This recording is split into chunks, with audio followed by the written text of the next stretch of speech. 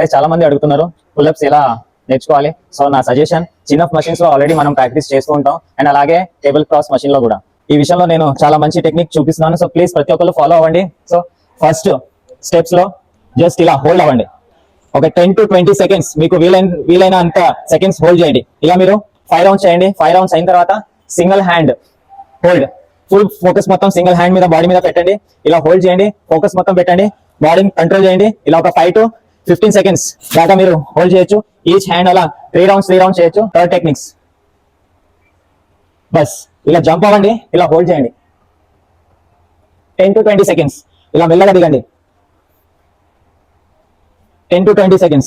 చాలా hard, but 5 seconds అయినా 10 seconds అయినా మీకు ఎన్ని సెకండ్స్ వీలైతే అన్ని సెకండ్స్ హోల్డ్ చేయండి. అండ్ మీరు ఖచ్చితంగా ప్రాక్టీస్ ఇలా చేసుకుంటూ ఉంటే పుల్అప్స్ డెఫినెట్లీ వస్తాయి. అండ్ రియల్ పుల్అప్స్ మీరు ఒకలా ప్రాక్టీస్ చేయాలి, ఇవన్నీ చేసుకుంటూ పోతే.